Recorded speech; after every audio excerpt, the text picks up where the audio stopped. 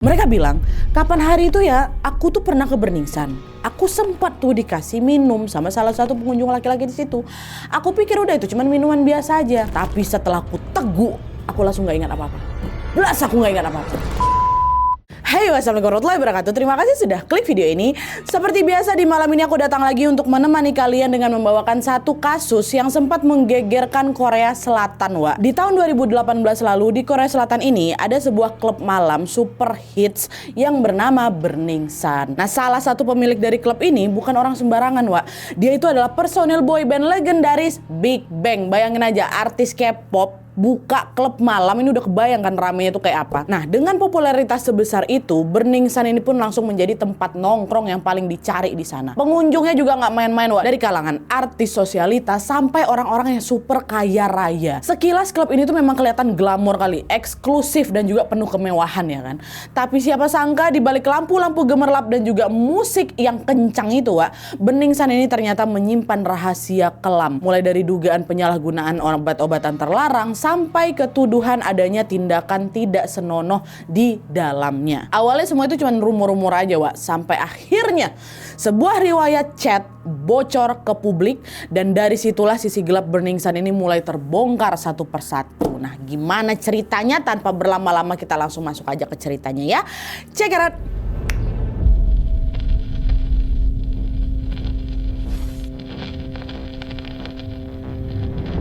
Oke, sebelum kita masuk ke kronologi kejadiannya, aku mau jelasin dulu ini Burningsan ini ya. Jadi, Wak, Burningsan ini adalah nama sebuah klub yang terletak di kawasan elit kota Gangnam, Seoul, Korea Selatan. Tepatnya di lantai basement Hotel Bintang 5 Le Méridien. Nah, Burningsan ini resmi dibuka pada tanggal 23 Februari tahun 2008.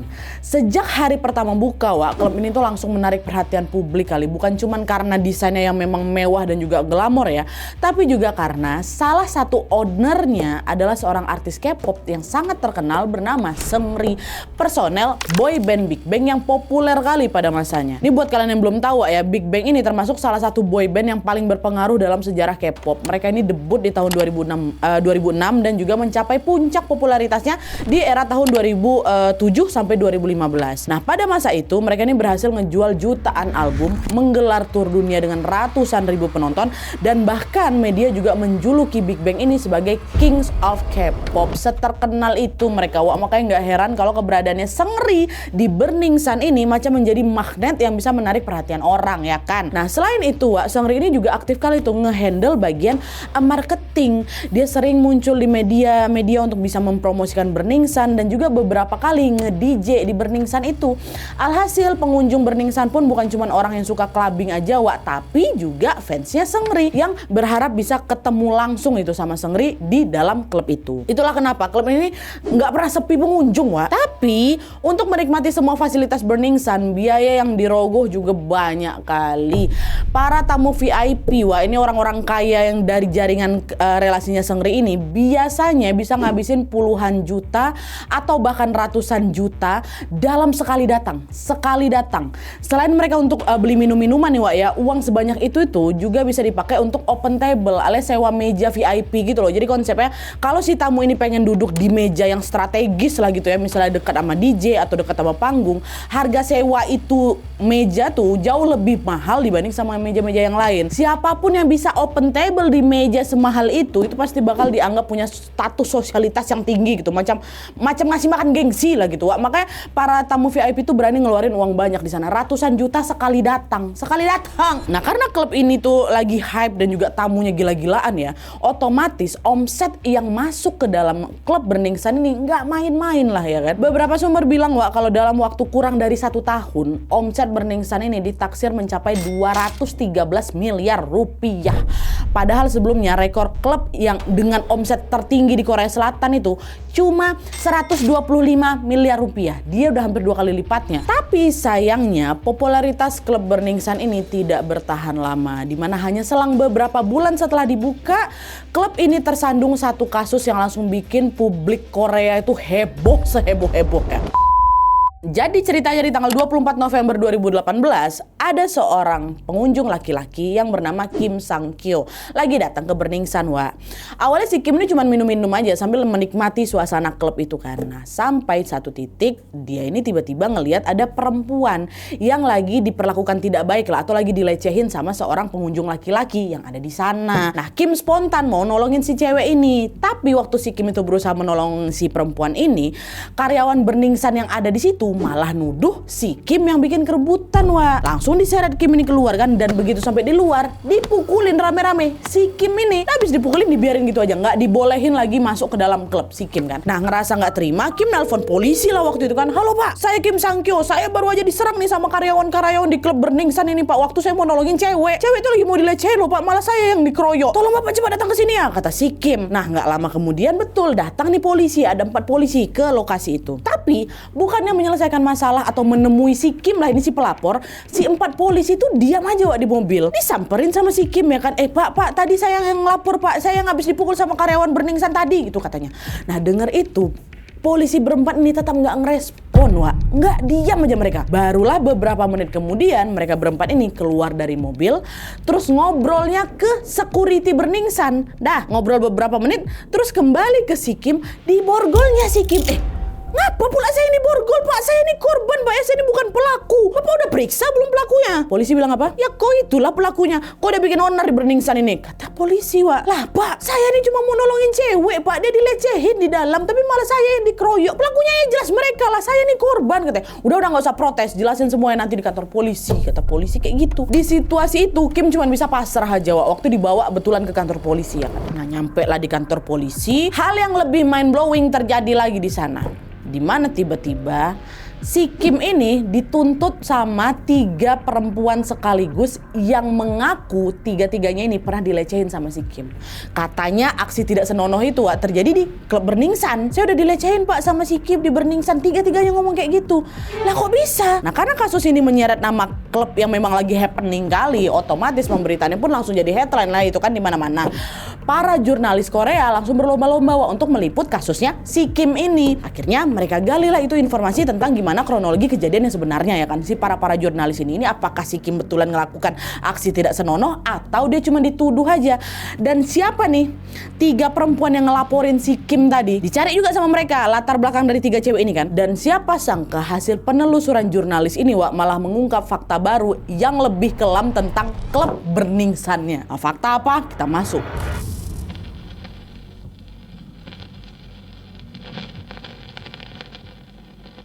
Nah, by the way sebelum lanjut Wak, disclaimer dulu ya. Kalau di bagian ini, di segmen yang kedua ini, kita lupakan dulu kasusnya si Kim tadi tuh Wak ya. Kita ke fakta baru dulu tentang Burning Sun yang akhirnya terungkap setelah adanya kasus Kim gitu ya.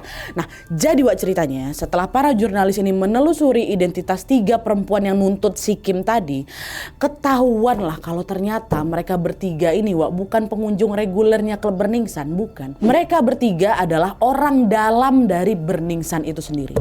Yang satu kawan dekatnya petinggi Burning Sun, tuh sedangkan 2 lainnya adalah karyawannya Burning Sun. Ya, nah salah satu dari si karyawan ini namanya Ena, warga negara Cina, umurnya 26 tahun waktu itu. Nah, selama kerja di Burning Sun, Wak, tugasnya si Ena itu adalah mencari dan juga mendatangkan tamu-tamu VIP dari luar negara, dari Hong Kong, Cina, dan Taiwan. Jadi si Ena ini lebih fokus ke memperluas relasi lah gitu, bukan ngurusin operasional klub, Wak. Bisa dibilang marketingnya lah gitu. Nah, sekilas ini kita harus fokus ke si Ena ini Wak, karena dia berpengaruh juga. Nah, sekilas tugas Ena tuh memang terlihat biasa aja kan, dia cuma marketingin lah gitu. Tapi yang janggal adalah penghasilannya Ena. Katanya Wak dalam sehari nih ya, Ena bisa mengantongi uang atau mengantongi komisi sampai 250 juta rupiah sehari. Marketingnya, fee-nya 250 juta rupiah satu hari. Curiga lah orang-orang. Mana mungkin si Ena bisa dapetin uang sebanyak itu dalam satu hari, weh. Ini pasti ada enggak nih yang dia kerjain sampai dia bisa dapat bonus spektakuler itu ya kan. Nah, dari kejanggalan inilah Wak, polisi pun menyelidiki lebih jauh lagi ke si Ena ini yang ngelaporin ini. Nggak dijelasin memang detailnya gimana, tapi yang jelas Wak, polisi kemudian mencurigai si Ena sebagai pengedar narkoboy di dalam situ, di dalam Burning Sun. Katanya Ena ini sering sekali melakukan transaksi jual beli narkoboy di dalam klub Burning Sun ini. Siapa pembelinya? Pengunjung klub lah. Terlebih para tamu-tamu VIP yang memang tentu punya banyak duit tuh. Berita tentang jual beli narkoba ini langsung lah jadi headline lagi di mana-mana. Jelas itu merupakan tindakan pelanggaran hukum ya kan. Apalagi lokasi kejadian yang berada di klub mewah yang memang lagi se-happening itu. Apa nggak langsung viral itu kabarnya? Nah, seiring dengan ramainya pemberitaan soal si Ena ini, satu persatu perempuan yang pernah berkunjung di Burning Sun mulai angkat bicara, mulai muncul mereka. Mereka bilang, kapan hari itu ya aku tuh pernah ke Burning Sun. Aku sempat tuh dikasih minum sama salah satu pengunjung laki-laki di situ. Aku pikir udah itu cuman minuman biasa aja. Tapi setelah aku teguk, aku langsung gak ingat apa-apa. Belas aku gak ingat apa-apa. Dan perempuan yang lain juga bilang, aku juga loh setelah aku dikasih minuman sama tamu laki-laki di sana, aku juga langsung gak sadar apa-apa. Tapi aku gak pingsan ya. Ada kok foto aku lagi party di sana. Cuman anehnya aku sama sekali nggak inget soal momen itu. Rasanya di momen itu tuh kayak diambil dari ingatan aku tuh loh. Ini jangan-jangan air yang aku minum tuh udah dicampur yang macam-macam kali ya. Banyak kesaksian dari pengunjung-pengunjung Burning Sun yang perempuan. Nah makin hari juga makin banyak perempuan yang mengaku mereka pernah ngalamin kejadian kayak gitu. Kayak dua si perempuan tadi itu. Mereka kayak dibikin skip gitu loh Nah takut ada apa-apa mereka lapor lah ini ke polisi ya kan. Cuman anehnya setelah diperiksa mereka dinyatakan bersih bersih, nggak ada sisa-sisa obatan terlarang apapun di dalam tubuh mereka. Heranlah polisi, aduh kalau mereka ini memang bersih, terus kenapa mereka bisa ngalamin kejadian yang sama-sama hilang ingatan kan setelah dikasih minuman itu. Ini minuman apa nih kata polisi. Nah untuk menjawab pertanyaan ini perhatian polisi udah nggak lagi ke soal mereka bertiga yang ngelaporin si Kim itu tadi udah nggak. Polisi malah mau menyelidiki lebih lanjut soal apa yang terjadi di Burning Sun sebenarnya. Akhirnya polisi konsultasi lah sama tim ahli obat-obatan ya kan. Terus singkatnya mereka ini si ahli-ahli ini berhasil menemukan satu jenis obat yang jejaknya bisa menghilang dari tubuh seseorang hanya dalam kurun waktu 12-24 jam. Jadi kalau udah lewat sehari, obat itu tuh udah nggak bakal terdeteksi lagi di tubuh orang yang minum itu gitu loh. Aku nggak usah sebut nama obatnya apa, tapi biar gampang kita sebut aja obatnya namanya obat X ya ya. Jadi obat X ini bahaya kali bahaya. Selain jejaknya itu bisa cepat hilang, obat ini juga bisa meningkatkan gairah seksual dan juga bikin orang yang minum itu bisa langsung ke skip, bisa langsung nggak sadarkan diri. Bukan pingsan ya tapi nggak sadar diri dan juga nggak ingat apa yang lagi terjadi kayak gitulah. Coba kalian bayangin setelah seseorang minum obat X itu, dia bisa nggak sadar tapi di saat yang sama nafsunya malah meledak-ledak. Bayangin di kondisi yang kayak gitu pasti orang yang minum ini rentan kali sama jadi korban pelecehan ya kan. Dia bisa diapa-apain sama orang di sekitarnya, terus waktu dia udah sadar ya udah dia udah nggak ingat sama sekali tentang apa yang terjadi tadi ya gitu. Nggak seram tuh. Nah fakta ini langsung bikin polisi makin curiga lagi. Ini jangan-jangan obat X inilah yang diminum sama si pengunjung-pengunjung perempuan yang ngelapor kemarin. Mereka pada bilang setelah dapat minuman di sana sama seorang laki-laki yang nggak mereka kenal, terus habis itu nggak ingat apa-apa. Skenario terburuknya bisa jadi setelah mereka mengalami itu, mereka juga ngalamin pelecehan. Ditambah lagi, barulah ini kita flashback ke kasusnya si Kim tadi tuh ya. Sebelum terjadi insiden baku hantam antara si Kim sama karyawannya Burning Sun, Kim kan juga bilang kalau dia mau nolongin seorang perempuan yang lagi dilecehin sama orang di sana ya kan. Nah kalau kesaksiannya si Kim ini benar jangan-jangan aksi semacam itu memang udah sering terjadi di Burning Sun. Bisa jadi ya kan. Nah di titik ini kasus yang menyeret nama Burning Sun makin melebar lagi kemana-mana Pertama tadi itulah ada kasusnya si Kim yang dikeroyok sama karyawan Burning Sun. Terus ada karyawan yang penghasilan per harinya nggak masuk akal kali ya kan, namanya Ena. Terus dari situ melebar juga kedugaan adanya jual beli obat-obatan terlarang, obat-obat bahaya yang dihandle sama si karyawan Ena ini. Dan melebar lagi sampai dugaan adanya aksi tidak senonoh di dalam situ. Awalnya semua ini cuma masih sebatas kecurigaan aja belum terbukti benar, masih cocokologi lah mereka waktu itu ya kan. Tapi pas berita ini lagi panas-panasnya, nah dan naik lagi nih kasus ini kan, publik Korea kembali dibuat geger dengan bocornya riwayat obrolan di sebuah grup chat dari aplikasi KakaoTalk. Oke, ini aplikasi chatting macam WhatsApp juga cuman KakaoTalk lebih banyak dipakai di Korea katanya. Dari grup chat inilah polisi mendapatkan bukti penting yang mereka cari selama ini. Apa isi obrolannya dan siapa aja orang yang tergabung di dalam grup itu, baru kita masuk ke bukti chat. Makin melebar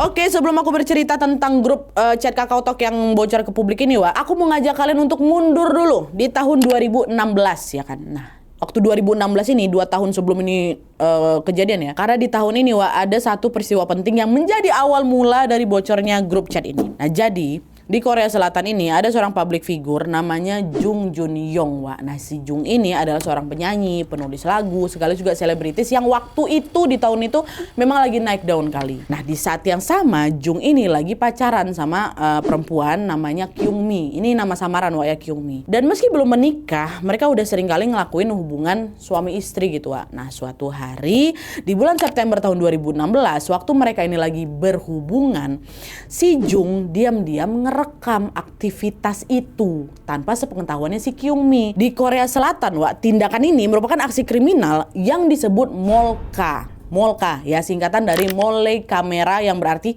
kamera tersembunyi. Oke. Nah, terus entah kayak gimana ceritanya si Kyung Mi ini akhirnya tahu kalau si Jung diam-diam ngerekam mereka lagi kayak gitu. Khawatir videonya kesebar, Kyung Mi ini ngelaporlah ke polisi. Ya. Nah, di saat yang sama Kyung Mi ini juga ngelapor ke jurnalis. Jadi nggak cuma ke polisi aja Wak, mungkin maksudnya biar viral lah gitu dan orang-orang jadi ikut mantau si kasus ini ya kan. Biasanya kasusnya viral memang lebih cepat kan prosesnya, makanya juga lapor nih ke jurnalis. Dan betul aja Wak, pas berita itu dirilis sama jurnalis, publik langsung heboh nih dan ikut-ikutan ngedesak polisi untuk menyelidiki si Jung. Nah pas si Jung ini diperiksa Wak, polisi minta lah si Jung untuk nyerahin HP-nya. Besar kemungkinan videonya si Kyung Mi itu kan direkamnya pakai HP itu, atau kalaupun videonya udah dihapus, tim forensik kepolisian pasti masih bisa mulihin datanya kan, makanya HP diminta lah sini gitu kata mereka. Nolak si Jung Wak, nggak, saya nggak mau nyerahin HP saya ke kalian. Saya udah konsultasi sama pengacara saya, HP ini mau saya serahin ke tim forensik swasta aja. Saya lebih percaya sama mereka, biar mereka aja yang ngecek, kata Jung kayak gitu. Nah, polisi di situ nurut-nurut aja. Oh ya udah, nanti kami tinggal minta laporan dari tim forensiknya ya Mas, kata gitu. Dah, singkatnya Jung pun ngasih betulan Wak itu HP untuk diperiksa ke tim forensik swasta. Nah di situ Jung bilang, HP ini nggak usah terlalu dicek kali lah Mas. Kalau polisi nanya bilang aja datanya udah nggak bisa dipulihkan. Kata dia mulai nego-nego kayak gitu tuh. Mereka tetap berusaha untuk memulihkan data di HP-nya si Jung waktu itu. Karena waktu dicek memang udah nggak ada video itu. Dipulihkan sama mereka. Tapi belum juga selesai dipulihkan. Belum selesai nih, ya kan belum 100% lah gitu mungkin ibaratnya. Polisi udah lebih dulu menutup kasus ini Wak. Udah ditutup sama mereka dengan bilang apa?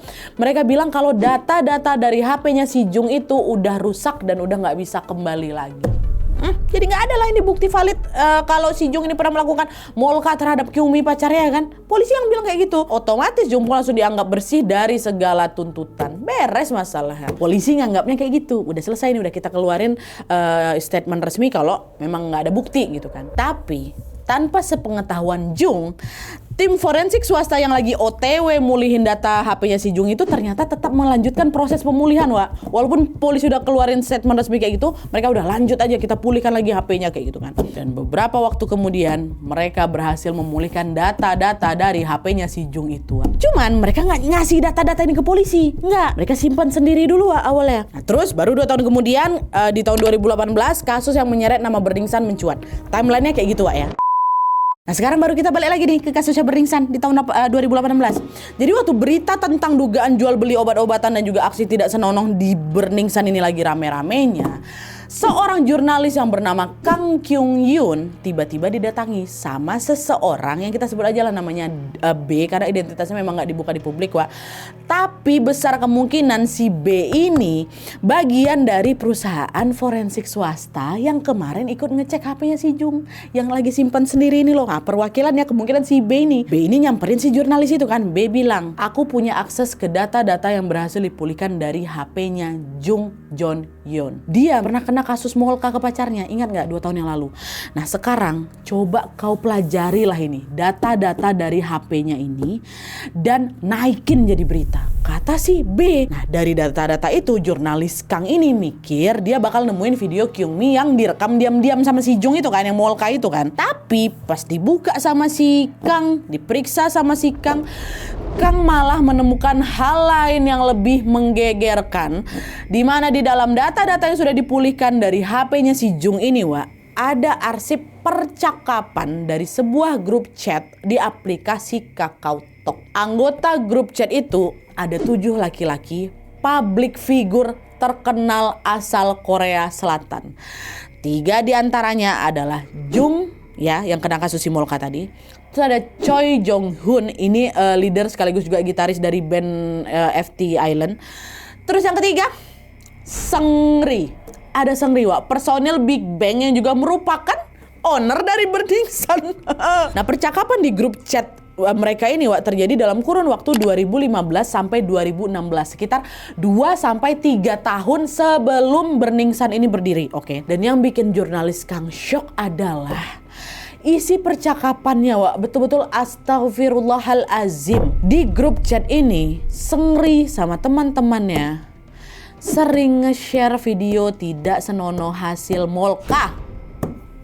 Video gitu-gituannya mereka, Wak, direkam sendiri diam-diam di grup chat itu. Dan di situ mereka juga saling memamerkan perempuan-perempuan yang pernah mereka tidurin, dan pastinya perempuan-perempuan itu dalam kondisi nggak sadar, Wak, waktu mereka lagi ngerekam. Nah, di antara banyaknya video Molka yang mereka kirim ini, terseliplah satu ucapannya Seungri yang bikin si jurnalis Kang ini curiga. Seungri bilang, untuk beberapa tahun ke depan, aku akan butuh banyak investor untuk membantu bisnisku. Biar urusannya lancar, aku mau menghadiahkan perempuan untuk mereka. Itu katanya, Wak. Percakapan ini terjadi beberapa tahun sebelum klub Burning Sun itu berdiri. Apa mungkin bisnis yang dimaksud sama si Burning Sun dekat chat itu Burning Sun? Hah?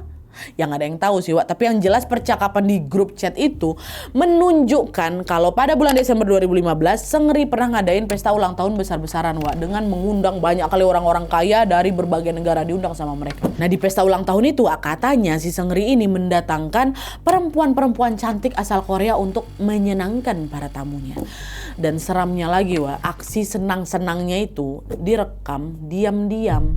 Dari rekamannya kelihatan kali kok kalau si perempuan-perempuan ini dalam keadaan nggak sadar, macam abis minum obat X itu, obat tadi itu, ha. Dan kejadian semacam ini terus berulang sampai beberapa kali, Wak. Polanya selalu sama. Seungri ngadain party, dia ngundang itu orang-orang kaya dari berbagai negara, dia nyediain perempuan untuk menyenangi tamunya, terus perempuan-perempuan itu dikasih obat X itu, kemungkinan sampai teler ya kan, terus mereka digitu-gituin sambil direkam diam-diam, terus hasil rekamannya dikirim ke grup chat.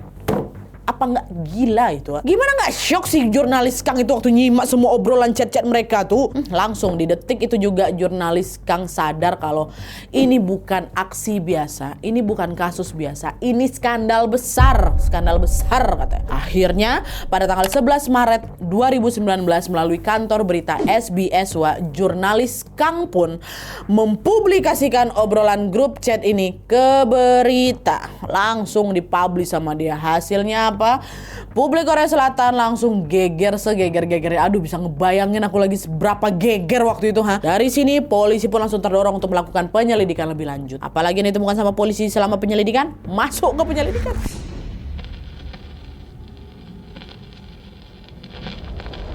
Jadi, Wak, mengingat Seungri ini adalah tokoh besar di balik suksesnya klub Burning Sun, polisi juga curiga jangan-jangan perbuatan buruknya si Seungri ini, perbuatan buruk si Seungri yang tercermin dari grup chat tadi itu juga dia lakukan lagi selama ngebangun Burning Sun. Polisi mikirnya, ternyata Seungri ini betulan bisa loh dia bikin party dengan mengundang orang-orang kaya dan juga menyajikan tanda kutip perempuan sebagai alat untuk menyenangkan mereka, ya kan. Ini apa mungkin inilah dia caranya si Seungri untuk narik investor-investor untuk klub Burning Sun? Bisa jadi kayak gitu kan? Nah, ini harus diselidiki nih kata polisi. Nah, di sini memang nggak dijelasin secara detail, Wak, soal gimana proses penyelidikannya, ya kan. Tapi yang jelas polisi berhasil ngebuktiin kalau kecurigaan mereka terhadap Seungri betul. Mereka bisa ngebuktiin itu. Kalian tahu, selain ngejadiin perempuan-perempuan ini sebagai alat untuk meluluhkan hati investor, Seungri ini juga menjadikan perempuan-perempuan ini sebagai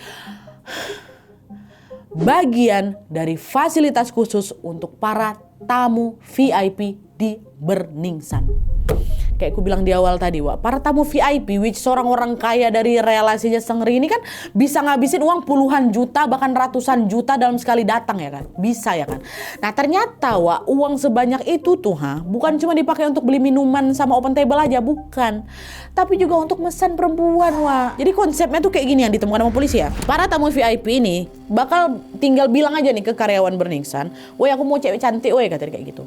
Nah terus si karyawan ini bakal keliling klub untuk ngefoto diem-diem pengunjung perempuan yang lagi datang ke sana gitu. Terus nanti dia foto-foto, dia balik lagi, disetor lah ke tamu VIP tadi. Ini loh Pak nih, dari semua cewek-cewek ini kalian kalian suka yang mana, pilih aja kata. Jadi sasarannya bukan perempuan bayaran, Pak, pengunjung. Nanti dipilih-pilih sama si tamu ini kan. Setelah dia nentuin pilihan, karyawan Burning Sun ini bakal ngajak si perempuan yang dipilih itu untuk masuk ke ruangan khusus yang sudah mereka sediakan. Itu aku nggak tahu gimana cerita bisa sampai dibawa ke sana lah ya. Nah baru tuh di sana dikasih itu obat yang udah air yang udah dicampur sama obat X itu. Bisa jadi waktu masih di klub atau bisa jadi waktu setelah dimasukkan ke dalam ruangan baru dikasih obat X itu. Dah dikasih obat X ini, nggak sadar lah pasti perempuan yang kan hilang ingatan, ke skip dia bagian itu. Baru nanti tamu VIP yang tadi mau itu diajak masuk ke dalam ruangan. Dan selanjutnya pasti kalian udah bisa tebak apa yang terjadi kan? Pasti digitu-gituin, Wak. Astagfirullah. Jadi dalam kasus ini perempuan-perempuan itu bukan perempuan bayaran, bukan yang gitu-gitu, bukan. Mereka pengunjung yang dijebak sama Burning Sun sendiri. Dan pastinya perempuan ini nggak dibayar loh, Wak. Ya gimana mau dibayar, orang mereka aja nggak sadar kalau mereka lagi dijadiin alat untuk nyenangin tamu VIP. Semua ini terjadi tanpa persetujuan mereka, Wak. Sadar-sadar besok pagi dah mereka kebangun di sebelah udah entah siapa itu laki-laki mereka nggak kenal, dan mereka juga nggak bisa lapor polisi. Oh, mereka nggak ingat apa-apa. Selain hilang ingatan, Wak, ternyata ada alasan lain juga yang bikin perempuan-perempuan ini nggak bisa lapor sama polisi. Dimana beberapa sumber bilang kalau klub Burning Sun ini juga disinyalir menjalin kerjasama dengan internal kepolisian. Baca punya backup polisi gitu lah, Wak. Makanya kalau misalnya kalian ingat tadi ya, waktu yang di awal waktu muncullah permasalahan perkelahian antara si Kim sama si karyawan itu kan, polisi yang berempat datang tuh terkesan ogah-ogahan aja kan untuk nanggepin laporan si Kim. Sampai lokasi diam aja di mobil, macam lagi nunggu aba-aba gitu loh. Baru nggak lama kemudian keluar ngobrol bentar, si Kim yang ditangkap. Sama juga tuh kayak kejadian si Jung waktu polisi terkesan buru-buru ngeluarin laporannya kalau misalnya HP-nya si Jung itu rusak atau tidak ditemukan bukti apa-apa. Nah, ada tuh beberapa oknum-oknum polisi yang jadi backupan dari si Burning Sun. Cuman katanya untuk keterlibatan internal polisi nih atau si oknum-oknum ini, Wak, kabarnya masih diselidiki. Yang jelas penyelidikan pada saat itu lebih fokusnya ke si Seungri, ke anggota grup chat KakaoTalk itu, terus sama klub Burning Sun. 3 ini yang lagi dipantau kali. Nah, untuk keperluan investigasi pada bulan Februari 2019, Wak, klub Burning Sun ditutup. Terus nggak lama kemudian Seungri dan jajaran petinggi Burning Sun lainnya dipanggillah ke kantor polisi untuk diinterogasi. Lagi-lagi di sini tidak dijelaskan detail soal gimana proses hukumnya, Wak. Cuman intinya setelah kasus ini mencuat, Seungri akhirnya terbukti bersalah karena sudah menyediakan jasa prostitusi di dalam klub. Seungri dijatuhi hukuman penjara 3 tahun. 3 tahun. Seungri ngajuin banding. Terus masa hukumannya dikurangi jadi 18 bulan. 1,5 tahun aja. Seungri udah bebas bulan Februari 2023 kemarin. Dah. Selain itu CEO dan juga beberapa karyawan Burning Sun juga dinyatakan bersalah atas kasus penggunaan obat-obatan terlarang, Wak, dan mereka hanya dijatuhi hukuman penjara dengan masa tahanan yang berbeda-beda memang. Tapi kurang lebihnya 1 tahun aja, Wak. 1 tahun.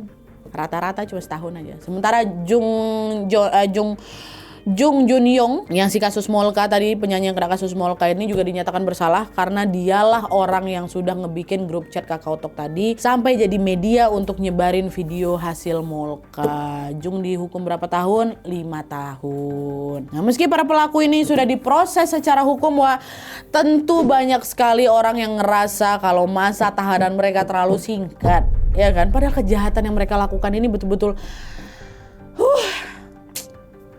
nggak setimpal hukumannya, Wak. Kalau menurut kalian gimana, Wak? Tulis semua di kolom komentar di bawah.